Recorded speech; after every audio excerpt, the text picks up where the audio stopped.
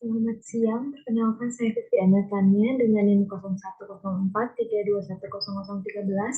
Di sini saya akan menjelaskan mengenai apa yang saya dapatkan dari keamanan internasional sesi 1 hingga sesi 7. Nah, jadi pada sesi 1 ini diketahui bahwa keamanan itu merupakan sesuatu yang wajib dimiliki dan juga dibutuhkan dan juga diperoleh oleh setiap orang. Nah, tentu saja dengan adanya keamanan ini tuh dapat membuat setiap individu tuh merasa terjaga. Nah, namun tidak semua individu tuh merasa nyaman dengan adanya keamanan ini. Karena keamanan itu identik dengan kata mengekang. Namun oleh rasa mengekang itulah yang dapat membuat setiap orang menjadi aman dan juga terlindungi. Nah, selain itu juga diketahui bahwa security in international relation ini tuh merupakan nilai inti dari kehidupan manusia. Rakyat yang berdaulat dan juga bersatu ini dapat bersatu suatu wilayah yang berdaulat sehingga tercipta sebuah keamanan yang bersatu. Nah, selanjutnya yang saya dapatkan pada sesi yang kedua, diketahui di dalam security analysis ini tuh membahas mengenai pertahanan keunggulan elemen militer dan juga negara di dalam konseptualisasi keamanan ini sendiri. Nah, konseptualisasi keamanan ini tuh berisikan banyak kebijakan yang mencoba mendapatkan pengakuan atas keprihatinan negara-negara. Nah, dalam memperluas agenda keamanan ini tuh bertujuan untuk menunjukkan isu-isu di sekitar ekonomi, lingkungan, dan juga sosial. Nah, tentu saja di dalam security analysis ini tuh membahas juga mengenai pembelaan terhadap posisi tradisionalis selama berlangsungnya Perang Dingin. Nah, diketahui juga elemen penataan analisis strategi ini tuh yang memungkinkan harus mempergunakan kekuatan seperti aspek keamanan militer yang dimana ini tuh dapat menghabiskan lebih banyak lagi waktu strategis.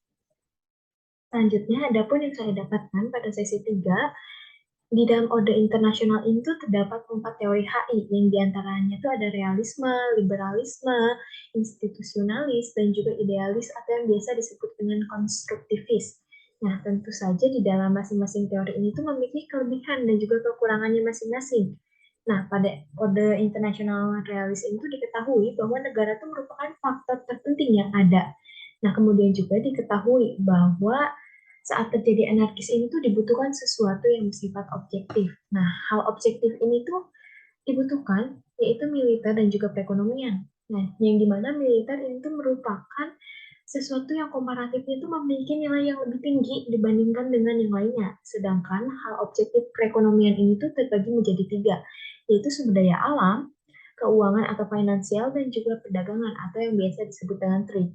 Nah, pada saat inilah diketahui bahwa semakin adanya tekanan, maka semakin subjektif. Nah, karena order internasional ini terbagi menjadi 4, yang pertama ini ada teori realisme. Nah, teori realisme ini tuh berbicara mengenai peranan negara ini yang mendominasi. Nah, karena banyak negara-negara yang mendominasi, sehingga dari teori realisme itu identik dengan sering terjadi konflik dengan negara lain. Nah, sehingga di dalam teori realisme itu menegaskan mengenai balance of power atau keseimbangan kekuasaan.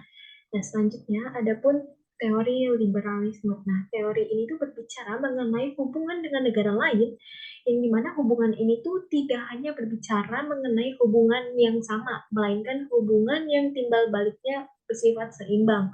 Nah, sehingga di dalam teori ini tuh kerjasama yang dinilai ialah perpaduan nilai yang dimiliki oleh masing-masing negara yang ada. Selanjutnya juga ada teori institusionalis. Nah, teori ini tuh membahas mengenai suatu perjanjian, sehingga teori ini tuh bersifat sangat formal. Adapun teori yang terakhir yaitu teori idealisme. Nah, teori ini tuh berbicara mengenai urusan pribadi masing-masing negara. Nah, sehingga seringkali itu ada negara yang tidak perlu melakukan hubungan timbal balik kepada negara lainnya karena ia telah biasa. Nah, kemudian ada juga yang saya dapatkan dari sesi 4, yaitu keamanan tradisional ini tuh berbicara mengenai keamanan negara dari berbagai ancaman eksternal yang ada.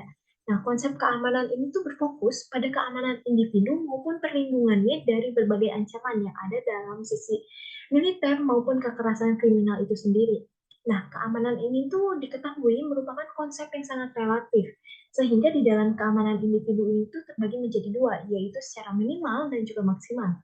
Nah, selanjutnya juga keamanan tradisional ini tuh dikelompokkan ke dalam 4 kategori. Nah, kategori tersebut yang pertama ada ancaman dari pembuatan dan penegakan hukum, dan yang kedua ancaman dari tindakan politik, yang ketiga ancaman perjuangan untuk menguasai mesin negara, dan yang terakhir ada ancaman kebijakan keamanan eksternal ini sendiri.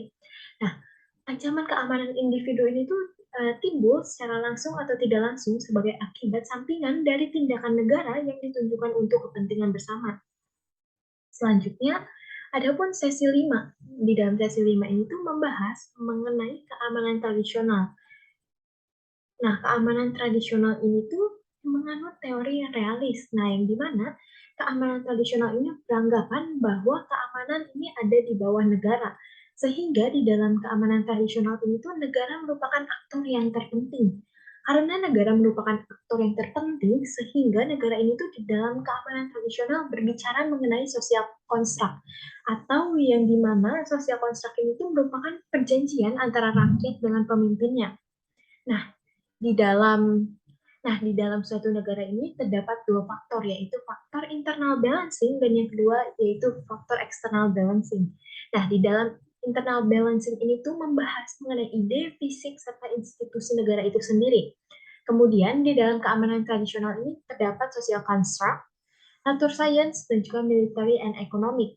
Nah, karena keamanan tradisional ini mengandung teori realis, sehingga di dalam keamanan tradisional ini tuh muncul balance of power, yang dimana dengan adanya balance of power ini tuh menyebabkan munculnya hegemoni. Nah, hegemoni ini tuh merupakan sebuah dominasi kepemimpinan di suatu negara maupun kota. Nah, sehingga keamanan tradisional ini tuh identik dengan kata perang maupun kata damai. Karena tadi telah membahas mengenai keamanan tradisional, selanjutnya ada pun keamanan non-tradisional. Nah, keamanan tradisional menganut teori realis, sedangkan keamanan non-tradisional ini menganut teori liberalis. Nah, sehingga diketahui perbedaan dari keamanan tradisional dan juga keamanan non-tradisional, yaitu kalau misalnya di keamanan tradisional ini tuh menganggap aktor negara merupakan hal yang penting. Nah, namun dalam sisi keamanan non-tradisional tuh menganggap rasa aman merupakan hal yang terpenting. Walaupun fokus keamanan non-tradisional itu individu, namun bukan berarti hanya individu saja yang merupakan hal yang penting. Sehingga dapat ditarik kesimpulan, kurang lebih keamanan tradisional dan non-tradisional ini bersifat sama. Selanjutnya di dalam sesi 6, saya mempelajari bahwa bangsa dan negara ini tuh memiliki pengertian yang tidak sama, di mana bangsa itu mewakili pengelompokan orang.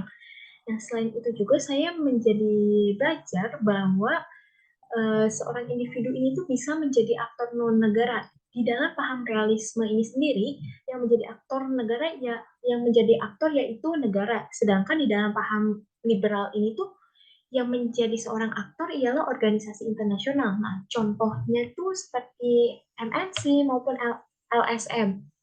Selanjutnya ada pun sesi yang ketujuh. Nah, di dalam sesi yang ketujuh ini saya mempelajari bahwa terdapat social science yang diketahui terdapat beberapa pendekatan fenomena sosial yang dimana salah satunya yaitu agen fokus. Nah, agen fokus ini tuh merupakan sebuah kondisi di mana dunia ini tuh berubah karena adanya agency atau subjek yang mampu berpikir untuk memiliki choice and will to do act. Nah, main of the agency ini tuh terdapat yang namanya hikmat. Nah, hikmat ini tuh dapat melihat segala sesuatu secara komprehensif. Sehingga elemen berpikir dari agen fokus ini yaitu agency dan juga structure, di mana di dalam international security, structure ini tuh memuat negara besar menang, yang memang menang karena memiliki kekuatan militer dan juga ekonomi. Nah, sedangkan si agency ini sendiri tuh memuat percepatan pembangunan ekonomi yang dimana tuh dapat dilakukan dengan elemen-elemen yang dimiliki. Sekian yang dapat saya sampaikan dari ringkasan yang saya miliki dari sesi 1 hingga sesi 7. Mohon maaf bila ada kata yang kurang berkenan. Terima kasih.